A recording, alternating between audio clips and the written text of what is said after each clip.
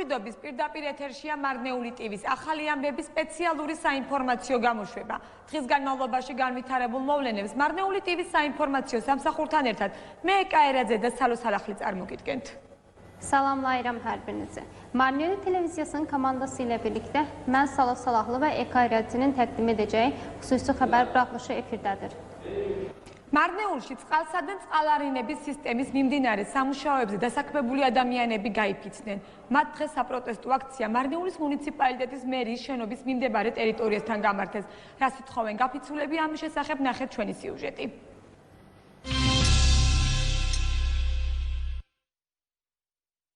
ქალაქ მარნეულში მერიის მიმდებარე ტერიტორიაზე კომპანია აკელიქში მომუშავე პერსონალმა აქცია გამართა. მათი მოთხოვნა სახელფასო დავალიანების სრული დაფარვა. გვეუბნებიან, რომ შემდეგ კვირას დავალიანების 25% ჩაგირიცხავთო. 300 ლარი უნდა მივიღოთ. 25% კი 70 ლარი გამოდის. იმ თანხით მე დეკემბრის ბოლომდე რა გავაკეთო. ოჯახში სულ 7 წევრი ვართ. ამ თანხით ჩვენ როგორ ვიარსებოთ? ყველას კრედიტი აქვს აღებული ბანკიდან. უკვე 2 თვეა გასული. ყველა ხელფასის აღებაზე ჩვენ სულ ასე ვართ. ყოველთვე მოდიან და გვეუბნებიან, რომ ხელფასის 20 ან 25%-ს მოგცემთ. 3 დღე დაელოდეთ, 5 დღე დაელოდეთ. აი ასე გრძელდება ყოველთვის. სულ ველოდებით, მაგრამ გვატყუებენ. ამ კომპანიის უკვე ჩვენ აღარ გვჯერა. 300 ლარი გვაქვს დარჩენილი წინათვიდან. ახლა რომ ჩაგვირიცხონ 20 ან 25%, ეს 60 ან 70 ლარი გამოდის. ჩვენ დეკემბრის ბოლომდე რა ვქნათ? ჩვენი 2 თვის ხელფასი არის შიგნით. ოქტომბერში 12 დღე არის ჩვენი 20% გამოდის 60 ლარი. 60 ლარი მე დეკემბერში რა ვქნა, რა გავაკეთო? ხელფასის 20%-ს მოგცემთ? დანარჩენი დეკემბერში. ადგილზე მოვიდნენ კომპანია აკელიკის წარმომადგენლები. მათი თქმით, შექმნილი ვითარება კორონავირუსის პანდემიამ გამოიწვია. პანდემიის გამო ჩვენ ხელფასებთან დაკავშირებით პრობლემები შეგვექმნა. მხოლოდ ჩვენთან არა, საქართველოში ბევრ კომპანიაში მსგავსი პრობლემები იყო. ჩვენ როგორც აზერბაიჯანის კომპანია, ჩვენი ყველა მასალა აზერბაიჯანიდან ჩამოდის. იქ ომთან დაკავშირებით პრობლემები იყო. გზა დაკეტილი, რის გამოც ვერ ჩამოვიტანეთ ჩვენ მასალები და სამუშაოებიც ამის გამო შეფერხდა. შეგახსენებთ, რომ კომპანია აკელიკი მარნეულის მუნიციპალიტეტში წყალსა და წყალარინების სისტემის მშენებლობას ანხორციელებს. Marneli su təchizatı sistemində işləyən işçilər bugün meriyə yaxınlığında etiraz aksiyası keçirdilər. Onlar nə tələb edirdilər? Bununla bağlı ətraflı məlumatı hazırladığımız süjetdə izləyə bilərsiniz.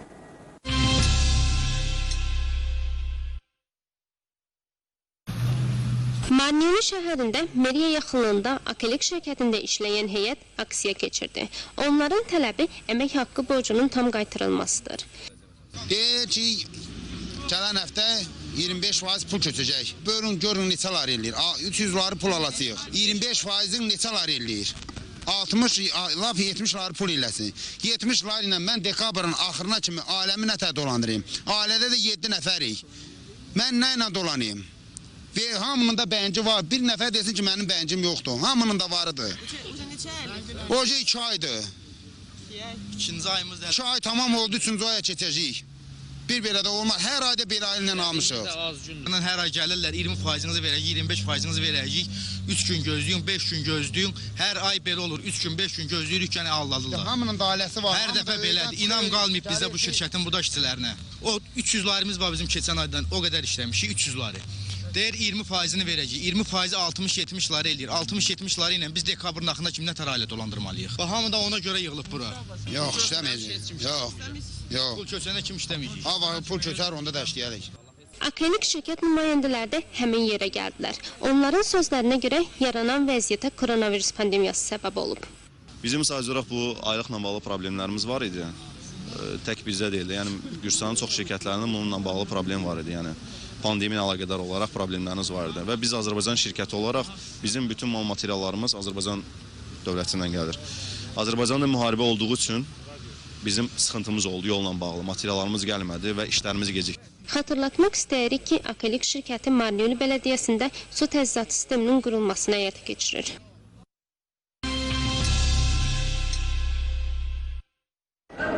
მარნეულის მუნიციპალიტეტის სოფელ წერეთელში მოსახლეობას სასმელი წყლის პრობლემა აწუხებს. თითქმის 10 დღეა მუნიციპალიტეტის მასშტაბით რამდენიმე სოფელს სასმელი წყალი არ მიეწოდება.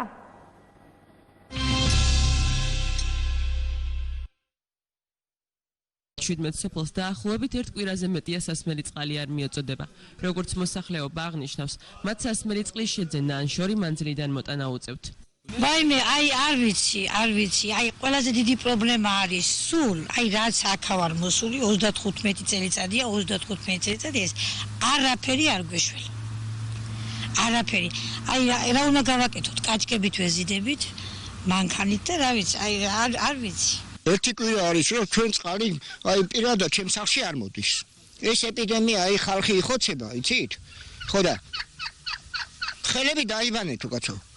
რით უნდა დაიბანო წყალი თუ არ მოდის, როგორ დაიბან კაცო? რა ხარეთ მივდივართ მარნეულის წყალი მოვამახათ მანქანით.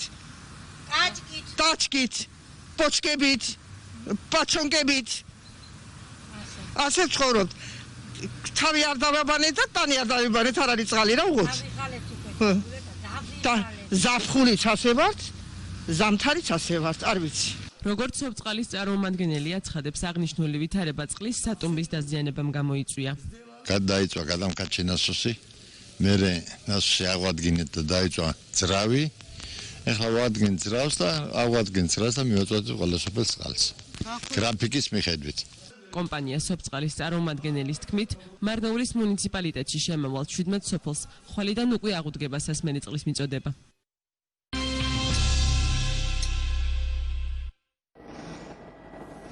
Marneli Belediyəsinin Ziriteli kəndinin əhalisi içməli su problemindən əziyyət çəkirlər. Bununla bağlı ətraflı məlumatı hazırladığımız süjetdə izləyə bilərsiniz.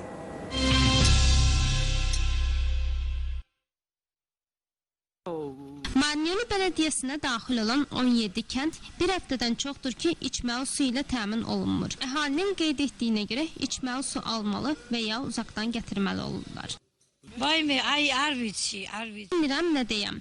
Mən bura gəldiyimdən 25 ildir ki, su ən böyük problem olaraq qalmaqdadır. Nə edək, çox çətinlik çəkirik. Su qablarında su alırıq. Araperi. Ra una qava. Ერთი კვირა არის, რომ ჩვენ წყალი. Bir həftədir ki, şəxsən mənim evimə su gəlmir. Bu epidemiya xalqı öldürür deyirlər. Əllərinizi yuyun deyirlər. Nə ilə yuyum, əgər gəlmirsə? დაიბანეთ უკაცო. რა ხარეთ მივდივართ მარნეულის წყალი მოვამახათ. Avtomobillə gedib Marneul suyundan gətiririk. Belə yaşayırıq. Başımızı yuya bilmirik. Yayda da belə əziyyət çəkirik, qışda da. ასე ცხოვრობთ. Sopçıqalı nümayəndəsinin dediyinə görə sözü gedən vəziyyətə su nasosunun zədələnməsi səbəb olub. გადაიწვა გადამკაჩი ნასოსი. Motor sıradan çıxıb, su nasosu zədələnib. Buna görə problem yaranıb. İndi bərpa edirik. Həmin kəndlər qrafikə uyğun olaraq su ilə təmin olunacaqlar. Qrafikis miხედვით.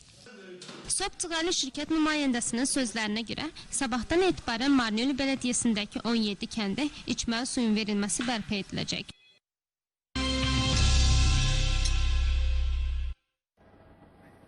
ხვალიდან საქართველოში წერტილოვანი შეზღუდვები ამოქმედდება. იკრძალება თუ არა მარნეულის მუნიციპალიტეტში მუნიციპალური ტრანსპორტით სარგებლობა, ამას ჩვენი სიუჟეტიდან შეიტყობთ.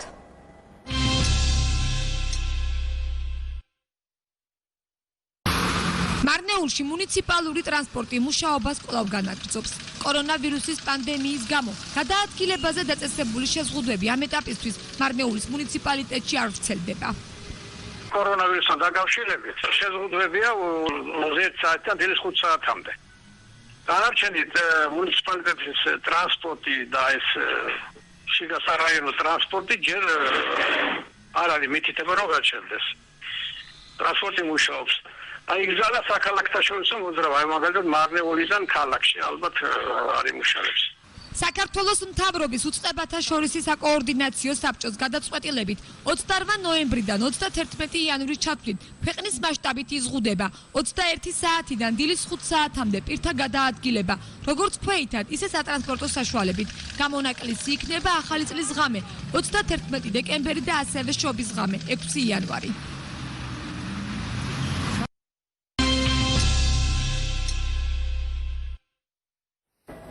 Sabahdan etibarən Gürcüstanda hərəkətlə bağlı məhdudiyyətlər tətbiq olunacaq. Marneuli Belediyəsində nəqliyyatla bağlı qadağa olunub-olunmayacağını hazırladığımız süjetdə izləyə bilərsiniz.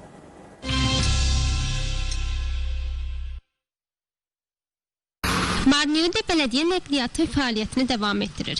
Koronavirus pandemiyası səbəbilə hərəkət məhdudiyyətləri hazırda Marneul Bələdiyyəsində tətbiq olunmur. Koronavirusla daqavşirləbət. Koronavirusla əlaqədar olaraq məhdudiyyət axşam 9-dan 5-ə qədər hərəkətə tətbiq olunur. Bələdiyyə daxili nəqliyyat üçün heç bir qadağa yoxdur ki, dayandırılsın. Manueldə nəqliyyat işləyir. Sadəcə olaraq şəhərlər arası hərəkət məhdudlaşdırılıb. 28 noyabr, 31 dekabr tarixləri arasında ölkə miqyasında bu sahələr məhdudlaşdırılacaq. Saat 21:00-dan 5-ə qədər piyada və avtomobillərin hərəkəti ictimai yerlərdə olmaq qadağan ediləcək. İstisna olaraq Yeni il gecəsi, 31 dekabr gecəsi və 6 yanvar şoba gecəsinə məhdudiyyətlər tətbiq edilməyəcək.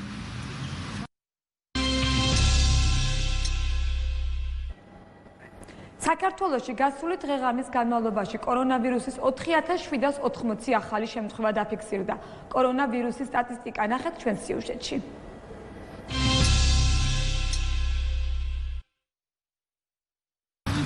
საქართველოში ბოლო 24 საათში COVID ინფიცირების რეკორდულად მაღალი მაჩვენებელი დაფიქსირდა. გასული დღე-ღამის განმავლობაში კორონავირუსი 4780 მოქალაქეს დაუდასტურდა.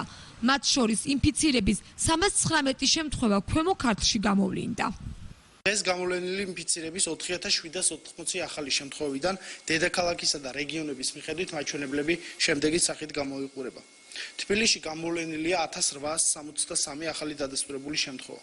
აჭარაში 664, იმერეთში 648, ქვემო ქართლში 319, შიდა ქართლში 259, გურიის რეგიონში 102, სამეგრელო ზემო სვანეთში 385, კახეთში 280, ცხეთამთიანეთში 128, სამცხე-ჯავახეთში 89, რაჭა-ლეჩხუმსა და ქვემო სვანეთში 40. 27 ნოემბრისთვის ქვეყანაში COVID-19 პანდემიის გავრცელებიდან დღემდე გამოვლენილი დადასტურებული შემთხვევების საერთო რაოდენობა 123470 შეადგენს. აქედან გამოჯამრთელებულია 102270 მოქალაქე. 2020 წლის 26 თებერვლიდან დღემდე ქვეყნის მასშტაბით კორონავირუსით 1161 პაციენტია გარდაცვლილი.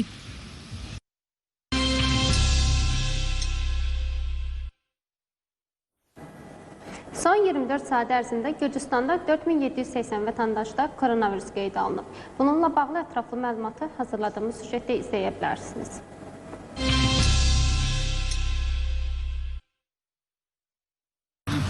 Gürcüstanda son 24 saat ərzində koronavirusla rekord yoluxmalı qeydə alınıb. Koronavirus 4780 vətəndaşda təsdiqlənib. Onlar arasında 319 hal isə kvm kartında aşkarlanıb.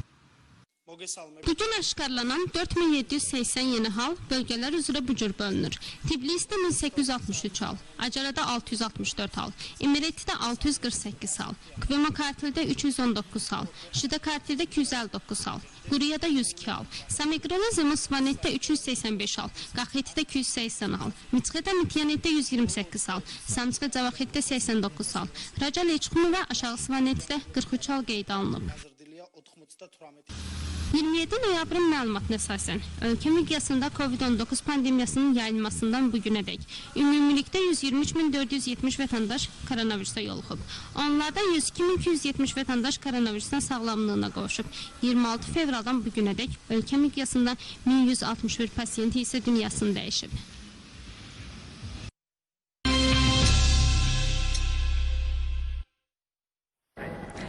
ახლა კი პირდაპირ ეთერში ჩავთავთ გარემოს დაცვითი არასამთავრობო ორგანიზაცია სენის წარმომადგენელს ქვემო ქართლში საღამო მშვიდობის ქალბატონო მარიკო მოგესალმები. მარიკო, როგორც ცნობილი, მარნეულის მუნიციპალიტეტში თითქმის 17 სოფელი უკვე 10 დღეა სასმელი წყლის გარეშეა დარჩენილი. ამ შემთხვევაში რა ზომებს უნდა მიმართოს მოსახლეობამ?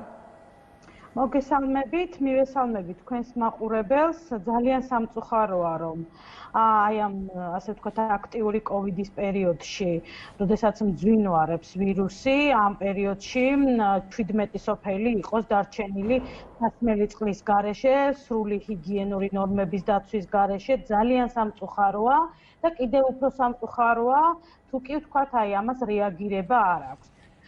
პირველ რიგში ყველა თითოეულმა მოქალაქემ უნდა აიღოს თავისი მობილურის იქნება ეს თუ სახლის ტელეფონი და დარეკოს იმ ოპერატორთან, რომელიც მის სოფელში ოპერირებს. ანუ გულისხმობ წყალმომარაგების კომპანიას, რომელიც მის სოფელში ოპერირებს. იქნება ეს პრობლემა არის ის, რომ არ ხდება რეაგირება თვითონ მოსახლეობის თუნდაც იგივე ზარზე ან მიმართვაზე. ამ შემთხვევაში რა უნდა ქნან? რა ბერკეტი აქვთ მათ?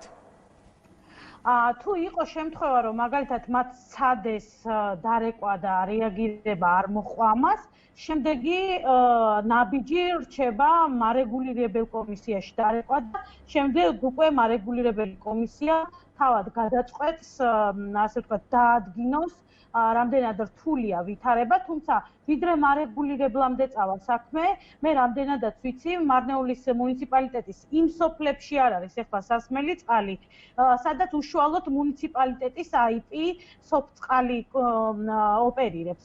შესაბამისად, პირველ რიგში მე ვურჩევდი ყველა ამ ადამიანს, ვინც ახლა წყლის გარეშეა დარჩენილი, რომ აიღოს ისევ თავისი ტელეფონი ან მიაკითხოს უშუალოდ მერიის სამსახურებს, იმიტომ რომ ეს კომპანია უმრავლესობა ამ სოფლების მოკლედ ამ სოფლებს ემსახურება სწორედ ის კომპანია, რომელსაც ჩვენი ასე გადასახადებით ინახავს თვითმმართველობა, ხო? IP ეს არის სოფწყალი. აქვე უნდა ავღნიშნო ერთი რამ, რომ ძალიან მნიშვნელოვანია ისიც, რომ მოქალაქეებმა მხოლოდ კი არ დარეკონ, არამედ მიაკითხონ, სასურველია რომ მიაკითხონ, მესმის რომ რთული ვითარებაა, მაგრამ იმაზე რთული ვითარება ვერ იქნება, ვიდრე ახლა 10 დღე წყალი არა გაქვს, ხო? ამიტომ კარგი იქნებოდა თუ კი ის სოფლები, სადაც უშუალოდ სოფწყალი ოპერირებს მიმართონ მუნიციპალიტეტის მერიას და ან კიდე დარეკონ 0-347-22-23-21 ტელეფონის ნომერზე. ან თუ მაგალითად სოფელია, რომელშიც ესე იგი ოპერირებს გაერთიანებული წყალმომარაგების კომპანია, ხო? ყველაზე კარგი იქნება რომ დავრეკოთ ცხელხაზზე, თუ 322-29-29 თუ არა და ყველაზე მარტივია რომ ავიღოთ 1501 და დავუკავშირდეთ ასე ვთქვათ ამ სურსათის უნებლობის სამსახურს და ჩავაყენოთ ის საქმის ყურში. მარიკო, რაც შეეხება დიახ, კორონავირუსის პრევენციის მიზნით, მთავარ რეკომენდაციად რჩება პირადი ჰიგიენის დაცვა. ერთ-ერთ რეკომენდაციად, პირბადის ტარებასთან და დისტანციასთან ერთად. ამ შემთხვევაში, როდესაც მოსახლეობას 10 დღეზე მეტია სასმელი წყალი არ აქვს და რეალურად არ ხდება შესაბამისად იმ რეკომენდაციების დაცვა, რასაც გავალდებულებს ჯანდაცვის სისტემა. რას ეტყოდით თქვენ, როგორც თქვენი ორგანიზაცია გულისხმობს ეს არაერთ პროექტს ახორციელებდა ამ კუთხით წყალის სანიტარია ჰიგიენის მიმართულებით, როგორც ბოლნიში, ისე მარნეულში, ზოგადად ქვემო ქართლის მასშტაბით. რას ეტყოდით ამ ადამიანებს?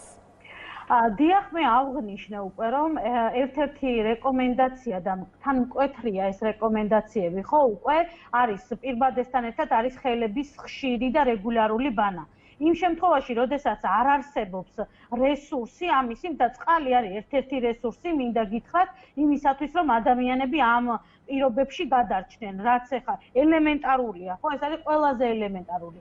და თუ კი ეს არ ხდება, ბუნებრივია ნებისმიერი მუნიციპალიტეტი ამ შემთხვევაში უყურადღებობის გამო წირავს მოსახლეობას როგორც მინიმუმ დაინფიცირებისთვის, ხო? შესაბამისად ძალიან მნიშვნელოვანია, რომ ყველა მათგანმა, ვინც ახლა უწყლოდ არის დარჩენილი, იცოდეს, რომ მათ აქვს კანონით მინიჭებული უფლება. მათ უნდა მოითხოვონ, იქნება ეს ადგილობრივი, ასე ვთქვათ, მერიაზე დაქვემდებარებული IP ორგანიზაცია, ანუ კომპანია, თუ გაერთიანებული წყალმომარაგების კომპანია. არ აქვს მნიშვნელობა ყველა შემთხვევაში. მათ აქვს უფლება, რომ მოსთხოვონ 25 ლიტრა წყლის მოტანა სულზე უფასოდ ყოველდღიურად, ვიდრე არ აღდგება წყალმომარაგება.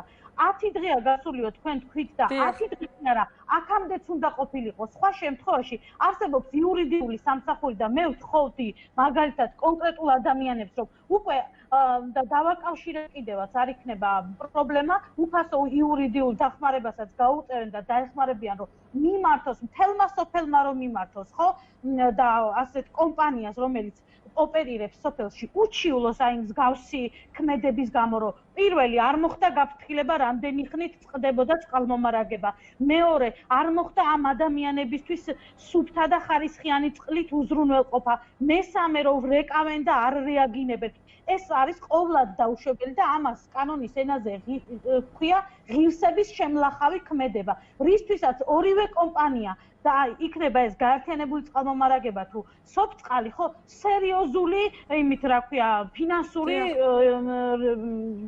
ჯარიმით შეიძლება დაჯარიმდნენ, ასე ვთქვათ რა. ანუ ძალიან რთული შეიძლება აღმოჩნდეს მათთვის ნებისმიერი მოქალაქის ჩივი და ამ მოქალაქეებმაც ბოლოს და ბოლოს უნდა ისწავლონ საკუთარ ასე ვთქვათ მოქალაქეობრივი დამოკიდებულება, სახელმწიფოებრივი აზროვნება და ყველა სხვა თუ არაფერი, ხო, საკუთარ თავზე პასუხისმგებლები უნდა იყოთ. მათ ხო ყავთ ბავშვები სახლში, არა, ისინი ხომ არიან ახლა ელემენტარული სუფთაწყლის გარეშე. ეს არის ყველაზე ცუდი რამ, რაც კი შეიძლება ახლა კოვიდის პირობებში დაემართოს ადამიანს.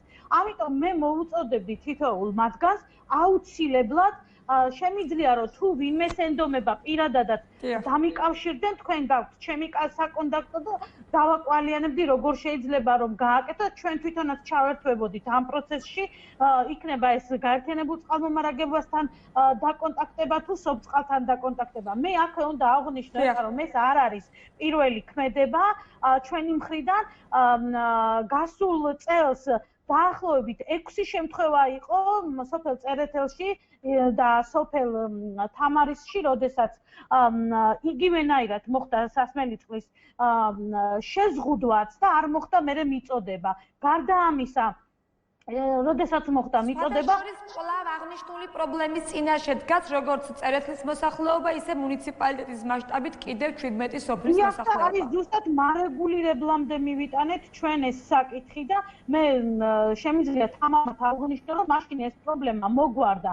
თუმცა იმდენად რთულია სოფლებში ვითარება, იქნება ეს სისტემის, თანამარაგების სისტემის, იქნება ეს მილების მოძველების თუ ასე შემდეგ და ძალიან რთული ვითარებაა, რომ შეიძლება ერთ ადგილზე მოგვარდეს, მაგრამ თან მით უმეტეს ახლა უკვე ცივი სეზონი მოდის, ხშირია უკვე დაბალი ტემპერატურის გამო ხშირია მილების, ასე ვთქვათ, ვერ უძლებს და სკდება, ანუ ნალექი მეტია, წყალი მეტია უკვე.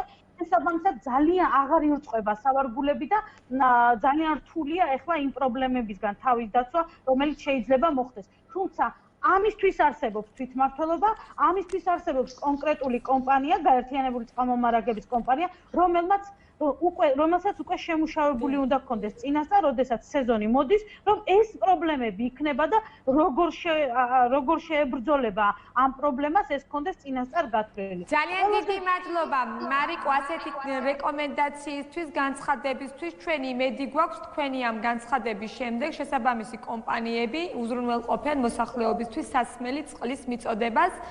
გაგემშვიდობებით, მადლობა. აუცილებლად უნდა მოვიცხოვოთ, ეკა, ჩვენ გვაქვს ამის უფლება, ისევე როგორც იმ მოქალაქეებს, რომლებსაც არ აქვთ ახლა სასმელი წყალი და თუ არ მოითხოვენ მერწმუნეთ, რომ ამას აქამდე არავინ აკეთებდა და არც ახლა არავინ გააკეთებს, უნდა მოითხოვონ და აუცილებლად მიუტანენ.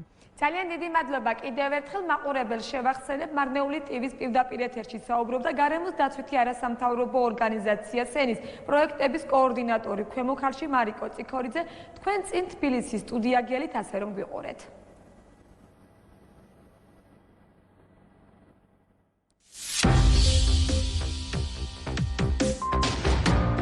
გიერთდებით თბილისის სტუდიიდან. არაკონსტიტუციური და პრობლემური, ასე აფასებენ სამართლის ექსპერტები მთავრობის მიერ გამოცხადებულ შეზღუდვებს. მოქმედმა პარლამენტმა ადამიანის გარკვეული უფლებების შეზღუდვის ნება მთავრობას 1 იანვრამდე მისცა. ეს მოხდა საზოგადოებრივი ჯანმრთელობის შესახებ კანონში შეტანილი ცვლილებებით. ვადა სწორედ ასე იყო განსაზღვრული. შეზღუდვები კი უფრო ხანგრძლივი ვადითაა დაწესებული. ექსპერტებს ჩვენი ჟურნალისტი ნატალია ნემსაძე ესაუბრა. მთავრობამ ეგრეთ წოდებული წერტილოვანი შეზღუდვები ორთვიანი გეგმით 31 იანვრის ჩათვლით დაანონსა, თუმცა ამის უფლება არ აქვს. საზოგადოებრივი ჯანმრთელობის შესახებ კანონის თანახმად შეზღუდვების დასაწესებლად ხელისუფლების უფლებამოსილება 1 იანვრამდე გრძელდება. დღეის მდგომარეობით სამართლებრივი საფუძველი დააწესოს შეზღუდვები ამ ვადის ამოწურვის შემდეგ გამოქვეყნებული არ არის. როგორც საიას ანალიტიკოსი ჩვენთან საუბრისას ამბობს, 1 იანვრიდან შემზღუდავი ღონისძიების დასაწესებლად ორი სამართლებრივი გზა არსებობს და ორივე შემთხვევაში აუცილებელია პარლამენტი. ხელისუფლებას კი ამისთვის საკმარისი 90 დეპუტატი უკვე ჰყავს. ნებისმიერ შემთხვევაში ჩვენ ვსაუბრობთ, ეს იქნება აი ამ პრობლემური ჩანაწერის გაგრძელება თუ საგანგებო მდგომარეობის გამოცხადება აუცილებლად ჭირდება პარლამენტის თანხმობა. პარლამენტის გარეშე, ვინაიდან 1 იანვარამდე მოქმედებს ეს ჩანაწერი. აუცილებლად იანვარში დაწესებული შეზღუდვები, რომელზეც ისაუბრა გუშინ პრემიერმა, ვერ იქნება რეალურად მოქმედი, საკანონმდებლო დონეზე არ მოხდება ამის გადაწყვეტა.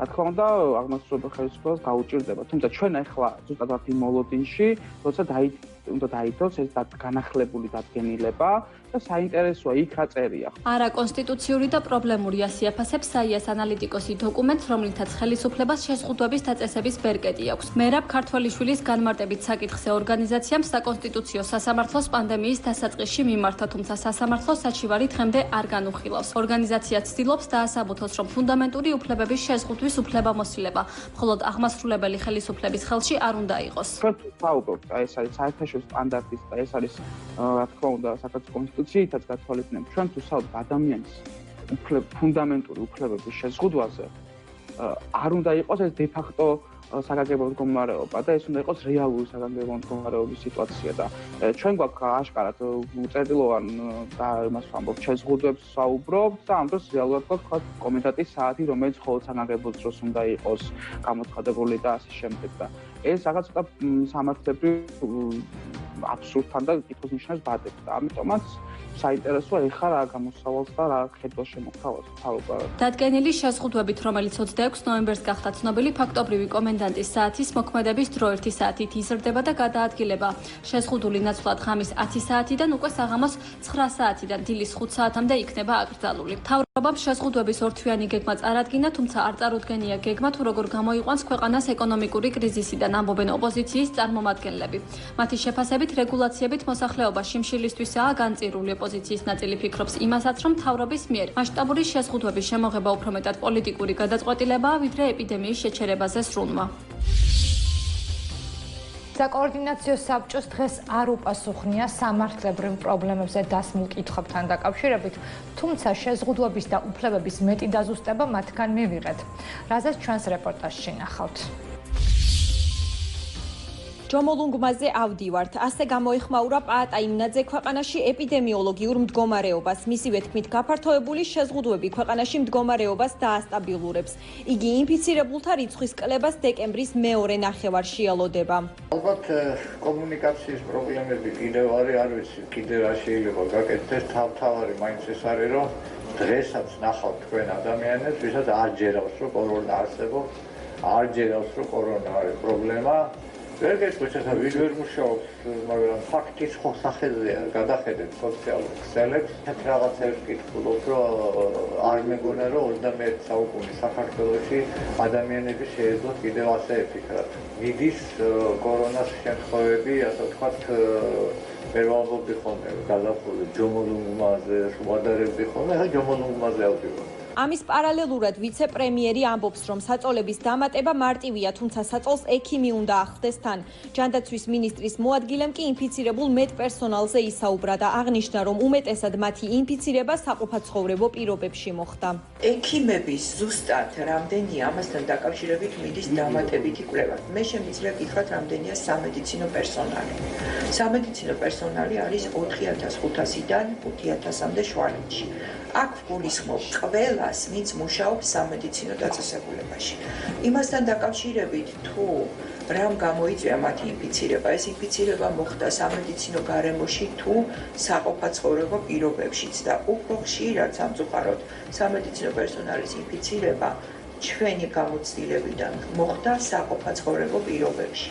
ამ ყველაფერზე იგეგმება ჩაღრმავებული კვლევა და როგორც კი გვექნება ეს კვლევა, რა თქმა უნდა, გაგიზიარება. სათხილამურო კურორტებზე სასტუმროები მხოლოდ COVID საკარანტინო სივრცეებად იმუშავებენ. საქართველოს დანარჩენ ტერიტორიაზე სასტუმროებს მუშაობის უფლება აქვთ, თუმცა მათი რესტორნები მომსახურებას მხოლოდ თავიანთი დამსვენებლებისთვის შეძლებენ. ამის შესახებ მაია ცქიტიშვილმა ისაუბრა. მისივე თქმით, დაწესებულ შეზღუდვებზე გადასვლა რთულია, მაგრამ ყველას ურჩია, რომ სწრაფად აუღონ ალღო ამ ცვლილებებს. გადაწყობის პროცესი საერთოდ რთულია, ბუნებრივია. საქმე ის არის, რომ ჩვენ უკვე ერთხელ გამოვიარეთ ის ეტაპი, როდესაც ყველა ჩვენი ბაზრობა ასევე მუშაობდა და სავაჭრო ქსელიც მათ შორის გახსოვთ, რომ მუშაობდა დისტანციურ რეჟიმში. რეალობა არის, რომ ძალიან ბევრი ადამიანი უკვე გადაწყობილია ასეთი მომსახურების ასეთ ფორმაზე, რა თქმა უნდა, ჩვენ ძალიან კარგად გვესმის, რომ დისტანციური მოწოდება განსხვავდება მომხმარებლების ფიზიკურად მისვლისგან სივრცეში, სადაც ბევრად უფრო მეტი გაყიდვების გენერირება არის საჭირო. ყველას ურჩევდი, რომ სწრაფად აუღონ ალღო ამ ცვლილებებს. პური არ გაძვირდება, მთავრობამ მიიღო გადაწყვეტილება პირველი ხარისხის ხორბლის ფქვილის სუბსიდირების შესახებ, იმგვარად რომ პურზე ფასი არ გაიზარდოს. ამის შესახებ გარემოს დაცვისა და სოფლის მეურნეობის მინისტრმა განაცხადა. ლევან დავითაშვილის განმარტებით 50 კილოგრამიანი პირველი ხარისხის ხორბლის 1 ტომარა ფქვილის ფიქსირებული ფასი 53 ლარით განისაზღვრა და ეს არის პირობა წისქვილებისთვის. მოსახლეობის სოციალური მდგომარეობა არის საკმაოდ მძიმე იმ ეკონომიკური პრობლემებიდან გამომდინარე, რასაც იწვევს კორონავირუსი გლობალურად და მათ შორის ჩვენს ქვეყანაში. ამიტომ ჩვენ გქონდა მუშაობა, მუდმივი მუშაობა, რეგულარული შეხვედრები წარმოებლებთან და ამაზე მედიას ჰქონდა ინფორმაცია, რომლის შედეგადაც საქართველოს მთავრობამ მიიღო გადაწყვეტილება ხორბლის ფქვილის, ამ შემთხვევაში საუბარია პირველი ხარისხის ხორბლის ფქვილის სუბსიდირებაზე, იმგვარად, რომ ჩვენ შევინარჩუნოთ ის ფასები, რომელიც პურის გაძვირებას აგვაცილებს თავიდან. ამ შემთხვევაში პროგრამა ამოქმედება უკვე მომავალი კვირიდან, შესაბამისად მოსახლეობას მინდა სრული პასუხისმგებლობით განუცხადო, რომ პურზე ფასი არ გაიზრდება. პროგრამა იმოქმედებს 4 თვის განმავლობაში 31 მარტამდე. დღესვე დისტრიბუტორთა ასოციაციის ხელმძღვანელმა კომენტარი გააკეთა იმასთან დაკავშირებით, რომ პროდუქტებზე ფასები ქვეყანაში უკვე გაზრდილია და მზა პროდუქტი, რაც დახლებზეა, შესაძლოა დეფიციტშიც აღმოჩნდეს. ივაჭ ყონიას თქმით, განსაკუთრებით ფასი გაზრდილია ზეთზე. რაც შეეხება პროდუქტების ფასის სუბსიდირებას, მთავრობამ ეგრეთ წოდებული პირველი ტალღის დროს 9 სასურსათო პროდუქტის ფასი დაასუბსიდირა, თუმცა ეკონომისტების ნაწილი მას თავიდანვე უარყოფითად აფასებდა. როგორი იყო სარესტორნო ბიზნესის მიერ შეთავაზებული ოქროს შუალედი და რა მიიღო პასუხად ბიზნესმა ხელისუფლებისგან? თემაზე ანა არევაძე მიმუშავა. მთავრობის გადაწყვეტილება გაამკაცროს ზომები ნეგატიურად აისახება ნებისმიერ ბიზნესზე, თუმცა განსაკუთრებით მცირე და საშუალო ბიზნესის წარმომადგენლებზე, ამბობს დისტრიბუტორთა ასოციაციის ხელმძღვანელი. ივაჭ ყონიას თქმით, სადისტრიბუციო კომპანიები ბმაში არიან მცირე ბიზნესთან და ტურიზმთან. შესაბამისად, დავარდნილი რეალიზაცია უარყოფითად აისახება მათ ფუნქციონირებაზეც. იგი ასევე აღნიშნავს, რომ წელიწადზე მეტია მთავრობას დამატებითი ღირებულების კუთხით დახმარებაზე მიმართავენ, თუმცა ამ მთავრობაში არ საუბრობენ. მცირე და საშუალო მაღაზიები, რომლებიც არიან არაბრენდირებული, არიან საცალო, მათი როგორც მფლობელები აგრეთვე გამყიდველი იქნება თუ ასე შემდეგ პერსონალი დადიოდა საზოგადოებრივი ტრანსპორტით. შესაბამისად გადაადგილება გაუჭირდებათ, რადგანაც ფაქტიურად რომ ვთქვათ, ტაქსით რომ მივიდნენ, უფრო მეტი დაუჯდებათ ვიდრე მათი ანაზღაურება. შესაბამისად გვაქვს იმის მოლოდინიც, რომ მცირე ზომის მაღაზიები უბრალოდ ვერ შეძლებენ, მცირე ზომის საცხობი იქნება თუ მცირე ზომის ობიექტები ოპერირების გაგრძელებას ძალიან გაუჭირდებათ. ეს კიდევ უფრო მძიმე ტვირთი იქნება ჩვენი კომპანიებისთვის, უფრო მეტი ზეწოლა იქნება, რადგანაც საკმაოდ კოლოსალურად დიდი თანხები არის ჩალექილი, შეიძლება ითქვას მილიონობით ლარი არის ჩალექილი, რომელიც შეიძლება ვერ ამოვიღოთ. ჩვენ ოქროს შუალედი შევთავაზეთ მთავრობას, თუმცა ეს არ გაითვალისწინეს, ამბობს რესტორატორთა ასოციაციის პრეზიდენტი. შოთა ბურჯანაძის თქმით, სახელმწიფო არ არის მოქალაქის პარტნიორი, ის არის მისი მფლობელი და თვითგადარჩენის იმედზე ტოვებს. იგი ამბობს, რომ 250,000 ადამიანის ბედი დგას სასწორზე და მათ ემუქრებათ უმუშევრობა. ოქროს შუალედი ეს რაღაც ტრაფარეტული სიტყვა არ არის, ეს არის ის მომენტი, სადაც შესაძლებელი იყო გემართა კოვიდიც და ეს ხალხი არ დარჩენილიყო უმუშევარი. ეს უფრო რთული გზა არის, იქედან გამომდინარე, რომ მას მეტი რესურსი ჭირდება, ადამიანური რესურსი ჭირდება, სახელმწიფო რესურსი ჭირდება და აქედან გამომდინარე ეს ყველაფერი დღეს სახელმწიფო უსახსრობის თუ დავარქვა თუ რაღაც უნიატობის გამო ვერ მოხერხდა. ამ შემთხვევაში გამოცარიელდება ფართები, თუ შეღავაც ვერ მიიღებ და ეს რესტორანი უბრალოდ იქ, სადაც 10 წელი, 7 წლის განმავლობაში ოპერირებდა, დღეს ოპერირებას ვეღარ გააგრძელებს, იმიტომ რომ ფულს ვერ გადაიხდის. გუშინ პრემიერ-მინისტრმა ბიზნესის მხარდამჭერი პაკეტის შესახებ ისაუბრა. 6 თვის ვადით გააგრძელა ბიზნესის საშემოსავლო გადასახადისგან გათავისუფლების პაკეტი, რაც ითვალისწინებს, რომ 750 ლარამდე ხელფასის საშემოსავლო გადასახადისგან გათავისუფლდება, ხოლო 1500 ლარამდე ხელფასზე კი პირველი 750 ლარი საშემოსავლო გადასახადისგან თავისუფალია. დახმარების პაკეტი ეხება სარესტორნო ბიზნესსაც და ტურიზმსაც. ჩვენ მივიღეთ გაწყვეტილება, რომ ტურიზმის სექტორს ეს საშემოსავლო გადასახადი, რომელიც იყო გადავადებული, სრულად ჩამოეწერება. გარდა ამისა, მნიშვნელოვანი სიახლე ბიზნესის დახმარების, ასე ვთქვათ, შეთავაზებაში მოგეხსენებათ, რომ ტურიზმის სექტორთან ერთად დღეს აშკარად გამოჩნდა, რომ რესტორანის ბიზნესი არის უკიდურესად დაზარალებული, ამიტომ ის ყველაზე ეფექტური ინსტრუმენტი დახმარების სასტუმროების, რომელიც ჩვენ გქონდა, მათი სასესხო ვალდებულების პროცენტის სუბსიდირება, იგივე პროგრამა დაწესდება და გაგრძელდება რესტორნების ბიზნესზეც. ყველა იმ სარესტორნო დაწესებულებას ამ კომპანიას, რომელსაც გააჩნია საბანკო სასესხო ვალდებულება, სახელმწიფო 6 თვის განმავლობაში დაუსუბსიდირებს საპროცენტო განაკვეთს. 28 იანვრიდან რესტორნები და კვების ობიექტები მთლიანად გადადიან გატანის სერვისზე. დასაშვებია პროდუქტის გატანა ეგრეთ წოდებული take away, delivery და drive-ით. ქვეყანაში იკრძალება საზოგადოებრივი ტრანსპორტის მუშაობა, გადაადგილება შესაძლებელია მხოლოდ პირადი ავტომობილითა და ტაქსით.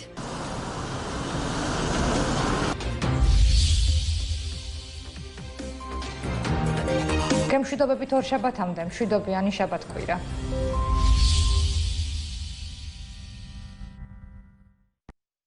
გახდათ მარნეული ტივის ახალი ამბების სპეციალური საინფორმაციო გამოშვება. დღეს მიამით გემშვიდობებით, ნახვამდის.